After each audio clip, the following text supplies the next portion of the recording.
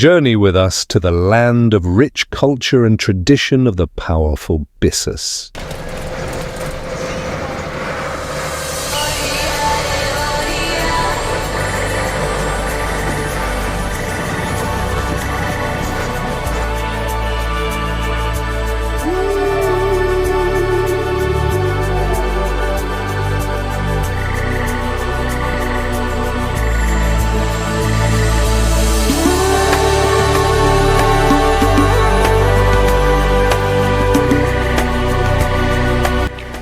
This is Kulungugu in the present-day Pusiga district of the Upper East region.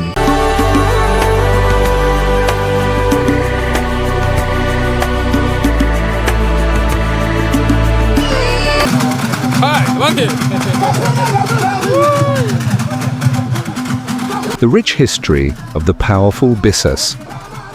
The Bissas are a large group of Mandi-speaking people who live on a large piece of land located to the north of Bogku town of the present-day Ghana. It was divided by the Anglo-Francophone frontier, with part of it in northern Ghana and a larger part in southern Burkina Faso in the colonial era. They were the only ethnic group living there during the 11 centuries before the Gurma and later Na Gubewa arrived in present-day Pusiga. They have lived there ever since. It is obvious that the Bissa ethnicity existed before the Dagbambas split into Mamprusis, Dagombas, Nanumbas, and mothers of Moshis, who was Yeninga, a Mamprusis princess, which she got married to a Bissa hunter called Riale from a community called Zambadiga in Bitu, and gave birth to Widrago, a Moshi, and very long before Kusasi was considered an ethnic group. On the Ghana side of their divide, the Bissas own the land stretching from Sepeliga to the west through Bansi, Yargungu, Gentiga, Gumakutari, Badu, Kulgungu, Mognori, Gumbo, Bulugu, Kupeliga. No other ethnic group was found in that vicinity. They have more than 50 settlements scattered in other parts of Bisaku. These include parts of Bogkuzwa, Manga, Dise, Gozisi, Zabugu, Bugri, Garu, Pusiga, Ninkogo, Boku, Gori, Kukwarugu, and many other communities across the east, west, north, and south of Bisaku. Of all the Bisaku villages, Bitu and Yargungu and these villages were there before the arrival of Mamprusis. Although they were described as a cephalus, the Bissas were so well organized under their clan heads that they operated as though they had chiefs. They did not have a central government, but each clan had a head supported by the family heads in their social organization. The clan head performed rituals and sacrifices for the welfare of the clan members. He also resolved disputes between clan members and between his clan and other clans. He had no government based on law, but his opinion was so respected that they were practically law, and he could give limited punishment such as excommunication from the clan for serious offences. The cohesions built around him gave him power in all matters affecting the clan, but not enough to prevent members from carrying out acts such as raids outside the clan setting, especially when these appeared to be part of the common course of the clan. The clans include Baka and Liri. There are other cultural traits that have made the Bissa ethnicity difficult to assimilate or be assimilated. Their language and dialects are unique and not understood except through learning, unlike the Guru-speaking languages which have many shared vocabularies. Wherever they find themselves, Bissas prefer to speak their language among themselves and to their children rather than completely adopt the host language.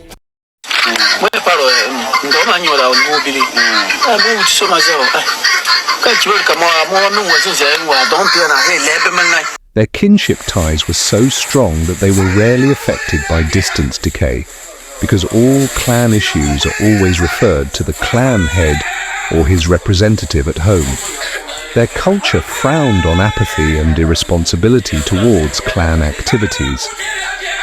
Those who exhibit these traits are noted and held accountable at the most appropriate time. mostly when they needed the assistance or cooperation of other clan members. A witness of one such censorship occasion is enough to dismiss contemplations for similar conduct in other members' minds.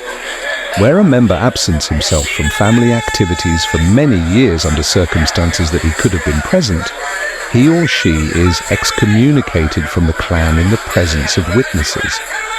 Such a person must go through a ritual to be readmitted into the clan, otherwise he enters the family home at his or her own risk.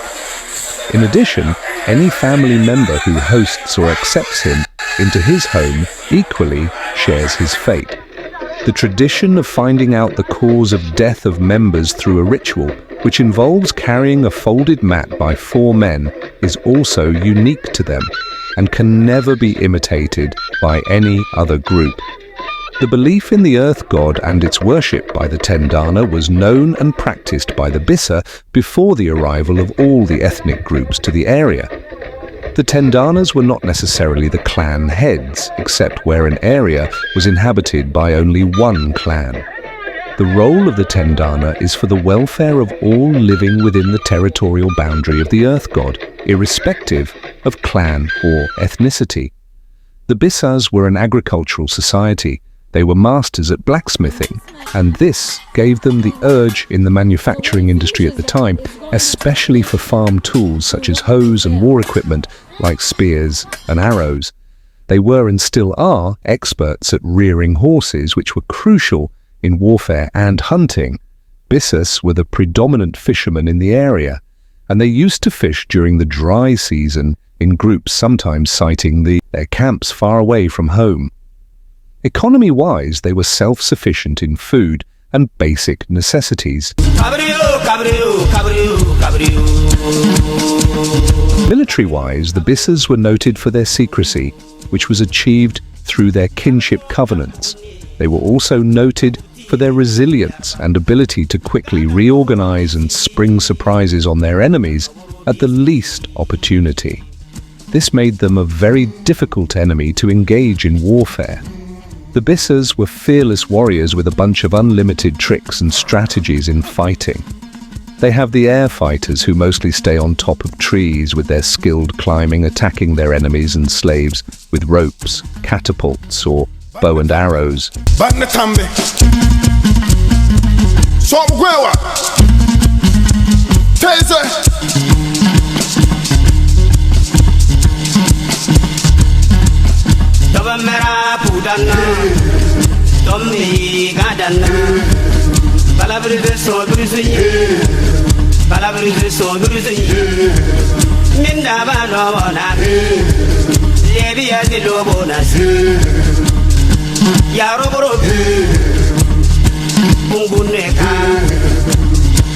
Civilization visited their brains very earlier than their immediate neighboring tribes. Bissas migrated in many groups with their fortified leaders and were compassed by their ancestral divine spirits. When the Bissas arrived at Bauku in the Upper East region of Ghana, they met no ethnic group in Bauku. The Kusasi were predominantly farmers at Uiga, Zauga and Biengu, which is part of Burkina Faso currently. After some short period of time, the powerful Bissas attacked them and fought for almost a week before they were able to defeat and conquered the Kusasis during the 16th centuries and enslaved them and married to some of their wives. The Bissas then started trading the Kusasi from Uiga, Zauga and Biengu after they were conquered and passed through some indigenous Bissa villages, which was the migration route. The migration begins in the first village, Sebonnene, where the journey starts. From Sebonnene, the slave traders move with the slaves to Belayala. The first stop on the migration route, Belayala, is a village that offers a brief respite from the journey ahead. They rest and replenish their supplies in Belayala before continuing on to the next village, Yarigungu. The next village on the route, Yarigungu, is a bustling stop with a rich cultural heritage. They immerse themselves in the local customs and traditions of the Bissas of Yarigungu, learning about the history and significance of the village. Gentiga. From Yarigungu, they proceed to Gentiga, a village known for its scenic beauty and natural resources. Gentiga offers a chance for them to rest and rejuvenate, surrounded by the village's stunning landscapes. Yanle. The journey continues to Yanle, a village that marks a significant milestone on the migration route. In Yanle, they reflect on their progress and prepare for the challenges that lie ahead. Bedima. The next village of the Bissas on the route, Bedima is a hub of activity and commerce. They engage with the local community in Bedima, exchanging goods and stories as they continue on their journey. Zambadiga. From Bedima, they moved to Zambadiga, a village that serves as a crucial stopping point on the route. Zambadiga offers a chance for the travelers to rest and replenish their supplies before embarking on the next leg of their journey. Bekuriu. The journey continues to Bekure, a village that marks the beginning of a new phase on the migration route. In Bekure, they prepare themselves for the challenges that lie ahead, including the thick forest that awaits them. Gogbo. They then enter the Gogbo, a dense and vibrant forest that demands respect and caution. As they navigate the Gogbo, which is now called in the corrupt word Gumbo, they were mindful of their surroundings, using their skills and knowledge to overcome the obstacles that the forest presents. Tampizua. After emerging from the Gogbo, they arrive in Tampizua, a village that offers a warm welcome and a chance to rest. In Tampizua, they reflect on their journey so far and prepare for their migration to Baribari, the village on the migration route, Baribari. They arrive in Baribari exhausted but triumphant. Having completed the challenging migration route from Sebuni to Baribari, they then continued to Gambaga slave markets and sold the slaves to the Hausa traders around the 16th centuries. The migration route from Sebonni to Baribari and finally to Gambaga is a testament to the resilience and determination of the slave traders, who have overcome countless challenges to reach their destination, which continued for about 200 years. During the 17th centuries, the information reached to the Mamprusis and they decided to come and rescue the Kusasi.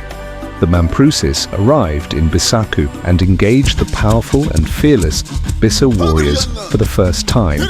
But unfortunately on their path they were defeated and they did not have any option than to run back to Gambaga, and the Bissas continued their slave trade. Some years later, the Mamprusis came again and engaged the powerful and fearless Bissa warriors and were defeated the second time.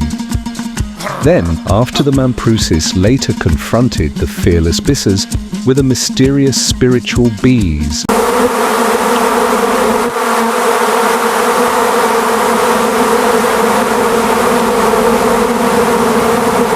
which made the Bissa warriors to retreat from the battlegrounds, and the Mamprusis rescued the Kusasis from slavery. Baukupusiga and other sub-towns such as Garu, Binduri, Wariyanga, Widana, Buguri, Bazua and Zebila were not part of Ghana territory. They were all classified as the Upper Volta. It was Dr. Kwame Nkrumah who extended Ghana's map to include these towns. This united the tribes for some time before land and chieftaincy disputes emerged. Before this conflict, all the tribes of these towns had cultural integration, intertribal marriages, cooperative society works and festival celebration. This goes a long way to tell us that Bissas are the indigenous settlers of Bogku and its environs, villages such as Saka, which literally means take and give, Yargungu, which literally means servilized, Sakure, which literally means come together or unite, Gagure, which literally means a egg.